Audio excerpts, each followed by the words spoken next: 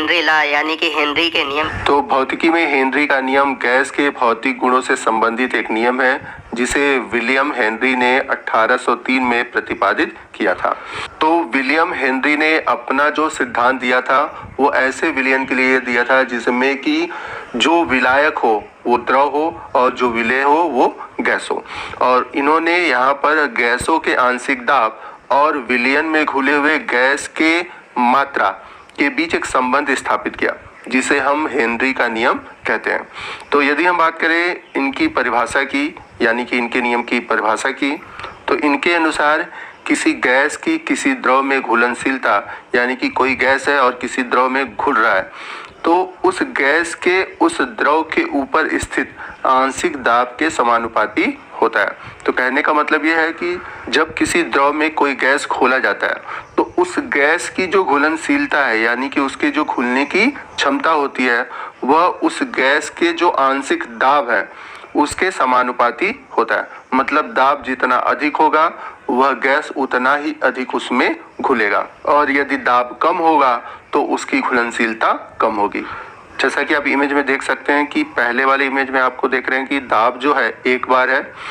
अब यहाँ पर जो गैस है लिक्विड में बहुत कम घुला हुआ है, आप मॉलिक्यूल गैस के देख सकते हैं। लेकिन दूसरे इमेज में आप देख सकते हैं कि जब प्रेशर को बढ़ा दिया गया यानी कि 1 बार से 2 बार कर दिया गया तो द्रव के अंदर उस गैस की विलेयता क्या हो गई, बढ़ गई। तो किसी गैस की विलेयता किसी द्रव में उसके आंशिक दाब पर निर्भर करता है यानी कि हम जितना आंशिक दाब बढ़ाएंगे उसकी विलेयता बढ़ेगी, अगर हम आंशिक दाब कम करते हैं तो उसकी विलेयता घटती है। आप एनिमेशन के थ्रू भी देख सकते हैं कि एक कंटेनर है जिसमें कि गैस भरा हुआ है और नीचे की ओर एक लिक्विड है। इसमें जो गैस के मॉलिक्यूल हैं वो फ्रीली घूम रहे हैं, मूव कर रहे हैं और ऊपर की ओर पिस्टन लगा हुआ है। अब यदि हम इस पिस्टन में प्रेशर बढ़ाते हैं तो जैसा कि आप देख रहे हैं प्रेशर बढ़ाते ही जो गैस के मॉलिक्यूल हैं वो द्रव में बहुत तेजी से घुलने लगे। तो आइए देखते हैं कि इस परिभाषा के अनुसार फॉर्मूला क्या बनता है। तो हेनरी के नियम के अनुसार स्थिर ताप पर गैस के द्रव में विलेयता का मान दाब के समानुपाती होता है। यानी कि जैसा कि मैंने बताया कि किसी भी गैस की जो विलेयता होती है वो दाब पर निर्भर करती है। दाब बढ़ाएंगे तो विलेयता बढ़ेगी, दाब घटाएंगे तो विलेयता घटेगी। तो इस हिसाब से हम कह सकते हैं m समानुपाती p। तो यहाँ पर m क्या है, m है द्रव में घुली हुई गैस की मात्रा और p क्या है, गैस पर आरोपित दाब का मान।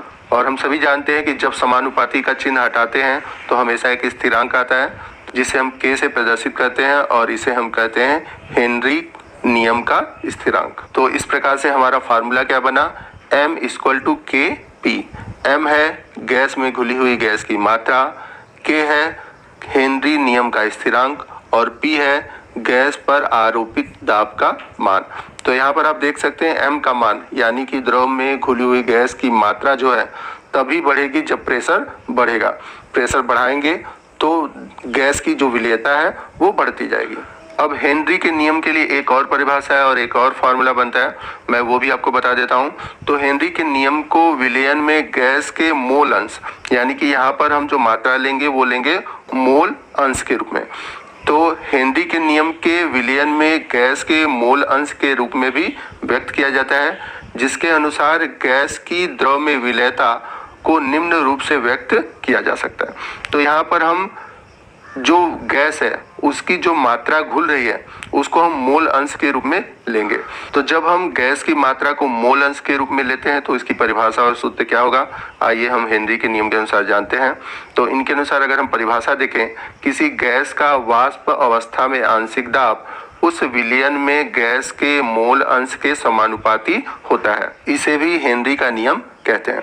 तो यहाँ पर हम गैस की मात्रा को न लेकर यहाँ पर हम लोगों ने क्या ले लिया, मोल अंश ले लिया। बाकी सेम दाब अब यहाँ पर किस पे निर्भर करेगा, मोल अंश पे निर्भर करेगा। यानी दाब बढ़ाएंगे तो मोल अंश बढ़ेगा, दाब घटाएंगे तो मोल अंश घटेगा। आइए अब इसके लिए फॉर्मूला देखते हैं। तो माना किसी गैस का जो वाष्प दाब है वो P है तथा गैस के मोल अंश x है, तो हेनरी के नियम के अनुसार P समानुपाती K। तो हम सभी जानते हैं कि जब भी समानुपाती का चिन्ह हटता है तो हमेशा एक स्थिरांक आता है। तो अब फॉर्मूला क्या बनेगा, P = Kx। तो यहाँ पर P क्या है, वाष्प दाब है, x क्या है, मोल अंश है और K क्या है, हेनरी का स्थिरांक है। यदि हम बात करें हेनरी नियतांक की, तो हेनरी नियतांक का मान ताप तथा गैस की प्रकृति पर निर्भर करता है। तो याद रखिएगा, अक्रिय गैसों के लिए हेनरी नियतांक का मान अधिक होता है, अतः अक्रिय गैसें कम घुलनशील होती हैं। तो यहाँ पर अक्रिय गैसों का मान क्यों अधिक है मैं आपको बता देता हूँ। क्योंकि अक्रिय गैसें जो होती हैं वो किसी से अभिक्रिया नहीं करती, यानी कि हमें जो द्रव में गैस घोलना है उसका जो घुलनशीलता हो वो बहुत कम हो या न के बराबर हो, तभी वह हेनरी के नियम का पालन करता है। ये कंडीशन गैस के लिए दिया गया है। तो आप याद रखिएगा कि जब भी हम किसी द्रव में किसी गैस को घोलते हैं तो वो गैस जो है वो उस द्रव से क्रिया नहीं करना चाहिए। और हम सभी जानते हैं कि जो अक्रिय गैसें होती हैं वो किसी से क्रिया नहीं करती, इसलिए अक्रिय गैसों के लिए हेनरी नियतांक का मान अधिक होता है। तो ये इंपॉर्टेंट पॉइंट है, आप इसको याद रखिएगा। आइए नेक्स्ट हम बात करते हैं हेनरी नियम की सीमाओं की, यानी कि किस किस कंडीशन में हेनरी का नियम फॉलो करता है। तो यदि हम बात करें, हेनरी का नियम सभी स्थितियों के लिए लागू नहीं होता, अर्थात कुछ स्थितियां ऐसी होती हैं जहां हेनरी का नियम कार्य नहीं करता या फिर वहां पर वो विफल हो जाता है। जैसे कि पहला पॉइंट है, हेनरी का नियम बहुत निम्न ताप पर लागू नहीं होता, क्योंकि जब ताप हम घटाते हैं तो किसी भी द्रव की विलेयता घट जाती है। जैसे अगर आपने देखा होगा कि पानी में अगर हम चीनी घोलते हैं और हम ताप बढ़ा दें, अगर उसको गर्म करने लगे तो चीनी बहुत अधिक मात्रा में घुलने लगता है। तो हेनरी का जो नियम है वो बहुत निम्न ताप पर लागू नहीं होता। ये पहला पॉइंट है। दूसरा पॉइंट ये कहता है कि दाब का मान बहुत अधिक होने पर भी हेनरी का नियतांक कार्य नहीं करता।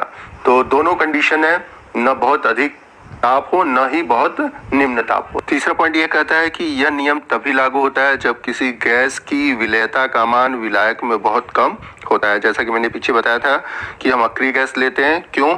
क्योंकि ये कम घुलनशील होता है, यानी कि यह जिस द्रव में घोला जाता है उससे अभिक्रिया नहीं करता।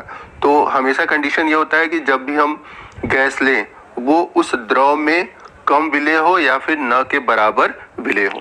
फोर्थ पॉइंट है, पानी में अमोनिया और हाइड्रोक्लोरिक गैस की विलेयता पर हेनरी का नियम लागू नहीं होता। क्यों नहीं होता? क्योंकि जो अमोनिया गैस है पानी के साथ क्रिया करके यौगिक बना लेती है। उसी तरह दूसरी तरफ अगर हम बात करें HCl की, यह भी पानी में आयनित हो जाता है। कुल मिलाकर कहने का मतलब यह है कि अमोनिया गैस और HCl ये जल से क्रिया करते हैं, और जैसा कि मैंने बताया था कि जब भी कोई गैस हम द्रव में घोलते हैं वह उससे क्रिया नहीं करना चाहिए। इस वजह से अमोनिया और HCl हेनरी के नियम का पालन नहीं करते। तो ये तो हुई हेनरी के नियम की सीमाओं की। नेक्स्ट हम बात करेंगे हेनरी के नियम का हमारे दैनिक जीवन में क्या उपयोग है और क्या महत्व है। बहुत ही इंपॉर्टेंट टॉपिक है। तो बात करते हैं हेनरी के नियम की प्रयोग की। तो हमारा पहला पॉइंट है, सोडा वाटर या फिर जितने भी आपके कोल्ड ड्रिंक है जिसे आप शीतल पेय पदार्थ कहते हैं, उनमें कार्बन डाइऑक्साइड घुला होता है।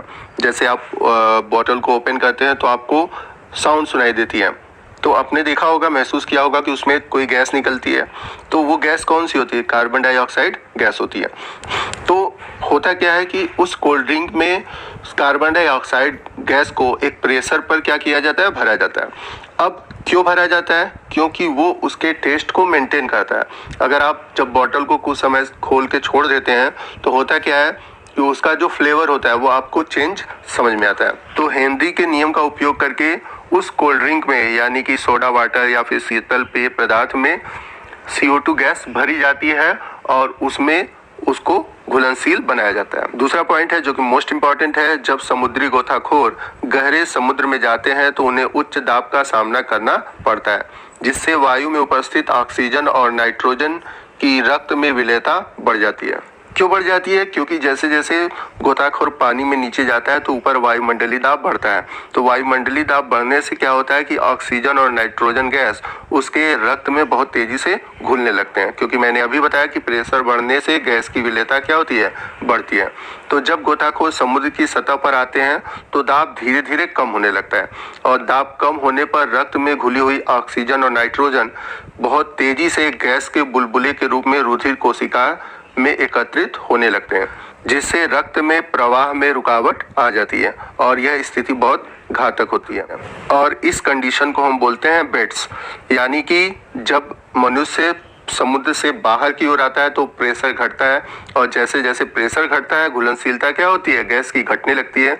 तो ये जो ऑक्सीजन और नाइट्रोजन गैस है जो ब्लड में घुले रहते हैं वो बहुत तेजी से रुधिर में एकत्रित होने लगते हैं, जिससे कि क्या होता है, रक्त के प्रवाह में रुकावट आती है और यह स्थिति बहुत ही घातक होती है, व्यक्ति मर भी सकता है। और ये जो कंडीशन होती है मेडिकल टर्म में कहलाती है बेड्स। और इससे बचाव के लिए वायु में कम घुलनशील गैसें उनके सिलेंडर में होती हैं, जैसे कि हीलियम और नियान। इसलिए समुद्री गोताखोर के जो सिलेंडर होते हैं उसमें ऑक्सीजन और नाइट्रोजन के अलावा अक्रिय गैसें हीलियम और नियान भी घुली होती हैं। बात करते हैं तीसरे उपयोग की। उच्च पहाड़ी स्थानों पर वायु में ऑक्सीजन की मात्रा कम होती है, जिससे वायु दाब भी कम होता है, जिससे रक्त में ऑक्सीजन गैस कम मात्रा में विलय होता है और शरीर कमजोर होने लगता है। तो इस कंडीशन में क्या होता है कि व्यक्ति की सोचने की जो क्षमता होती है वो कम हो जाती है, और इस लक्षण को हम बोलते हैं एनॉक्सिया। तो हम सभी जानते हैं कि जितने भी पहाड़ी क्षेत्रों पर हम ऊपर जाते हैं तो वहाँ पर प्रेशर कम होता है, और प्रेशर कम होने की वजह से ऑक्सीजन जो होता है हमारे ब्लड में बहुत कम खुलता है। तो इस कंडीशन में क्या होता है कि रक्त में ऑक्सीजन की मात्रा कम होने लगती है और व्यक्ति का शरीर कमजोर होने लगता है, उसकी सोचने की जो क्षमता होती है वो कम हो जाती है, और मेडिकल टर्म में इसे बोला जाता है एनॉक्सिया। मैं फिर से रिपीट कर दे रहा हूँ कि हेनरी का नियम है क्या और इसके लिए कौन कौन से फार्मूले हैं। जैसा कि हम लोगों ने देखा था कि हेनरी के नियम के अनुसार स्थिर ताप पर किसी गैस की द्रव में विलयता का मान दाब के समानुपाती होता है, यानी कि किसी भी गैस की जो विलयता होती है दाब पर निर्भर करती है। और इसके लिए हम लोगों ने इक्वेशन देखा था m समानुपाती p। तो जहां पर समानुपाती का चिन्ह हटाते ही हमारा आ जाएगा एक नियतांक जिसे हेनरी का स्थिरांक कहते हैं। तो यहाँ पर हमें फॉर्मूला मिला m = Kp। m क्या है?